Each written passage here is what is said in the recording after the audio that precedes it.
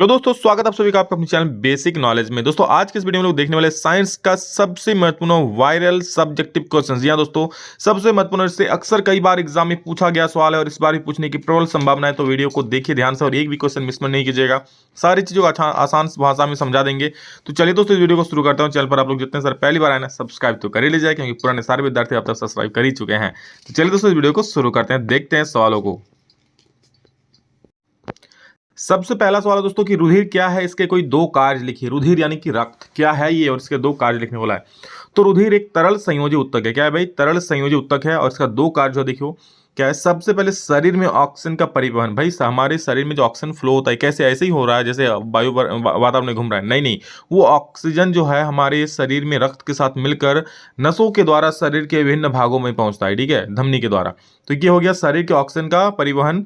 शरीर में ऑक्सीजन का परिवहन होता है। पहला, पोषक तत्व का शरीर में परिवहन। हम लोग जो भी चीज खाना खाते हैं, खाना पचता है, उससे ऊर्जा मिलता है, पोषक तत्व मिलता है, विटामिन मिलता है, ये सारे शरीर के विभिन्न भागों तक कैसे पहुंचता है? भाई बहन का काम एक ही करता है शरीर के अंदर में, कौन? रक्त। क्योंकि रक्त ही तो एक जगह से दूसरी जगह बह रहा है ना, तभी तो कहीं कटता पड़ता है, देखो तो पूरा खून निकलने लगता है, क्योंकि वो हर वक्त बह रहा है शरीर में। ठीक है, तो इन सब चीजों का जो वहन होता है रक्त के द्वारा ही होता है, और ये तरल संयोजी उत्तक है। क्या एक उत्तक है? किस प्रकार का? तरल संयोजी। अगला प्रश्न है, मानव वृषण के क्या कार्य है? क्या कार्य? कोई दो कार्य लिखने बोला है, ठीक है। तो देखो दो कार्य निम्नलिखित है। सबसे पहला, वृषण में नर जनन कोशिका शुक्राणु का निर्माण होता है, ठीक है। वृषण जो होता है भाई वो पुरुषों में होता है, और इसमें नर जनन कोशिका शुक्राणु का निर्माण स्थल है। कहाँ? वृषण। वृषण में उत्पन्न होता है, वहां निर्माण होता है। अगला है, टेस्टोस्टेरोन हार्मोन के उत्पादन एवं स्रावन में वृषण की महत्वपूर्ण भूमिका होती है। देखो टेस्टोस्टेरोन जो कि एक पुरुष हार्मोन है, जैसे लड़कियों में एस्ट्रोजन होता है, प्रोजेस्टेरोन होता है, उसी प्रकार लड़कों में क्या है? टेस्टोस्टेरोन। इसके कारण लड़कों में कई सारे बदलाव आता है, दाढ़ी मूछ निकलता है, और भी कई कई बदलाव आता है, आप लोग समझ सकते हो। ठीक है, तो इसके उत्पादन का श्रावण के मुख्य काम किसका है? मतलब काम क्या? मुख्य काम बोलो, मेन काम क्या है? श्रावण में वृषण की महत्वपूर्ण भूमिका होती है। वृषण में ही दोस्तों टेस्टोस्टेरोन मतलब इससे इसका वहां पर कंट्रोल होता है। नेक्स्ट देखिए, किसी विद्युत परिपथ में लघुपथन और अतिभारण कब होता है? भाई लघुपथन और अतिभारण, ठीक है, ओवरलोड और शॉर्ट सर्किट कब होता है? तो जब विद्युत पथ में विद्युतमय तार और उदासीन तार संपर्क में, आपको पता है एक करंट लाइव वायर रहता है, एक उदासीन वायर रहता है, ठीक है। जब दोनों सड़ जाता है इस प्रकार से, कहीं भी किसी भी कारण से सड़ जाता है, ठीक है, तो क्या होता है? प्रतिरोध शून्य हो जाता है, एकदम धारा बिल्कुल जीरो। इस कारण क्या होता है? लघुपतन हो जाता है। क्या होता है भाई? लघुपतन हो जाता है।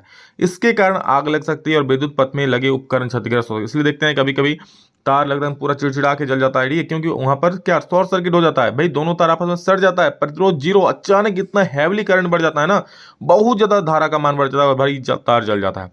बाकी जो भी उपकरण लगे होते हैं उसको भी खराब कर सकता है, ठीक है।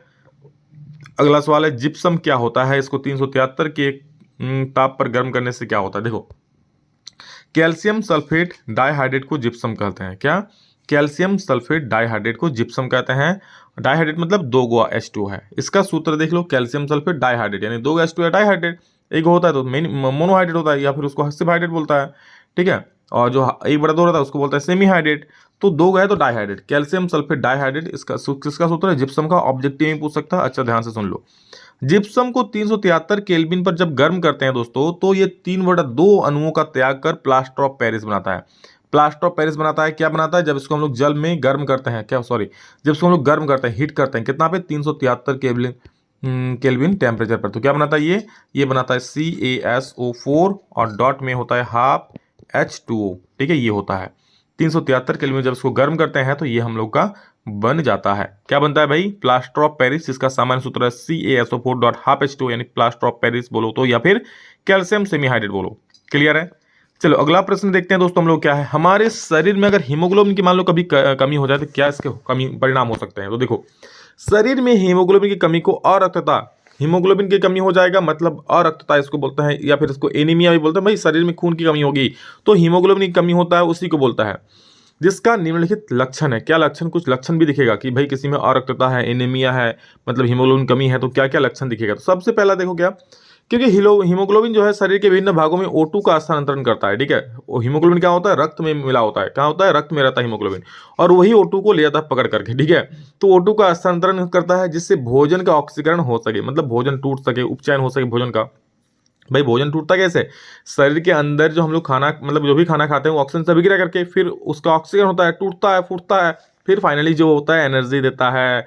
इसलिए यदि हीमोग्लोबिन की कमी हो जाती है तो कोशिकाओं और ऊतकों का तक पर्याप्त मात्रा में O2 नहीं पहुंच पाती है। मान लो हीमोग्लोबिन की कमी हो जाएगा तो भाई जितना मात्रा में हीमोग्लोबिन होता है, ठीक है, वो ऑक्सीजन को पकड़ के ले आता।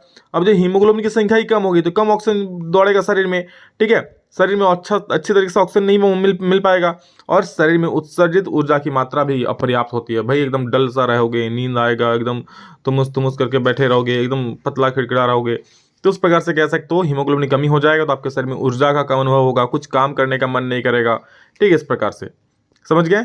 अगला प्रश्न, ऐसी स्थिति में व्यक्ति हर समय देखो थका हुआ अनुभव करता है और ज्यादा कार्य नहीं कर पाता है। बिल्कुल एकदम टायर्ड महसूस करेगा, थका हुआ, कुछ करने का मन नहीं करेगा, ठीक है, बिल्कुल कुछ भी कार्य नहीं करने मतलब मन नहीं करेगा करने का, थका लगेगा, टायर्डनेस ज्यादा होगा। उसकी त्वचा, आंखों का रंग पीला पड़ जाता है, नहीं पड़ जाता है, ठीक है, तो उसका त्वचा का रंग पीला होता है, आंखों का रंग पीला पड़ जाता है।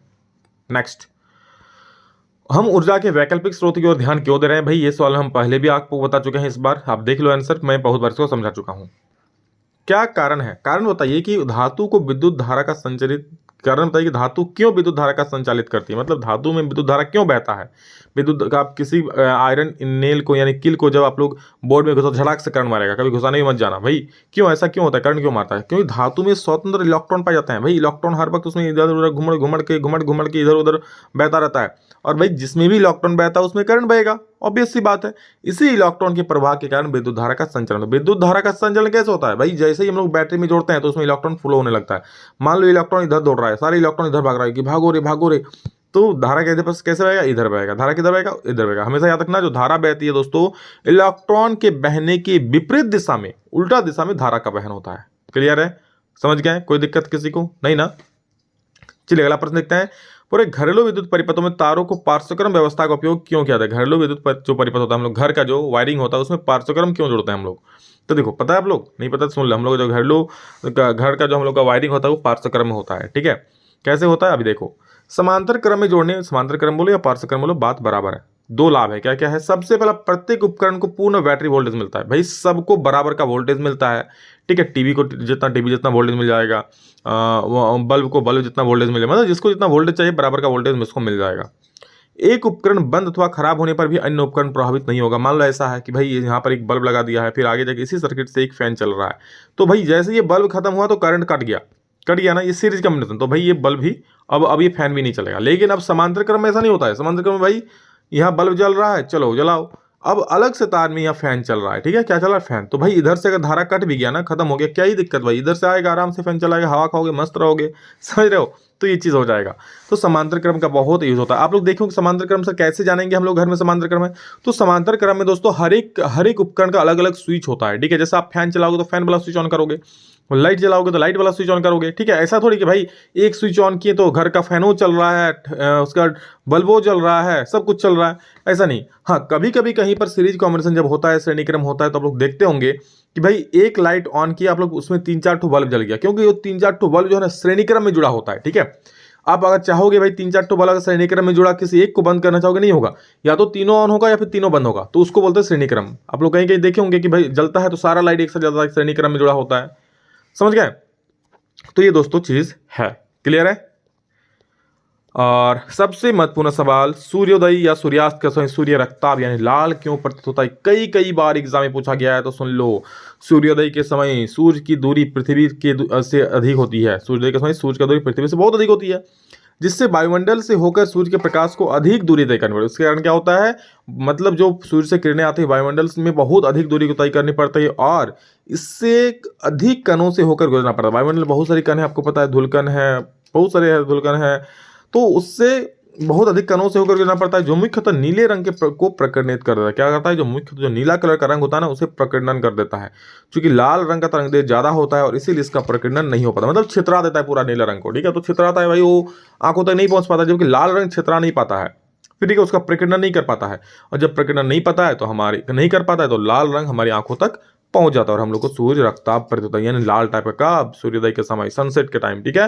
तो इस वीडियो में इतना ही सवाल रखते हैं, आगे नेक्स्ट वीडियो आएगा, उसमें और अच्छा सवाल आएंगे। आप लोग बस धमाकेदार तक हर सभी को शेयर करता रहिए, एग्जाम तक पूरा इंपोर्टेंट क्वेश्चन भंडारा कर देंगे आप लोग का, ठीक है। तो बस चैनल को सब्सक्राइब कर दीजिए और इसी प्रकार वीडियो पाने के लिए आप लोग जो जल्दी से बेल आइकन जो घंटा है उसको दबा दीजिएगा, ठीक है। चलो, love you all, thank you all of you. फिर नेक्स्ट में जल्द मिलेंगे, तब तक के लिए जय हिंद, वंदे।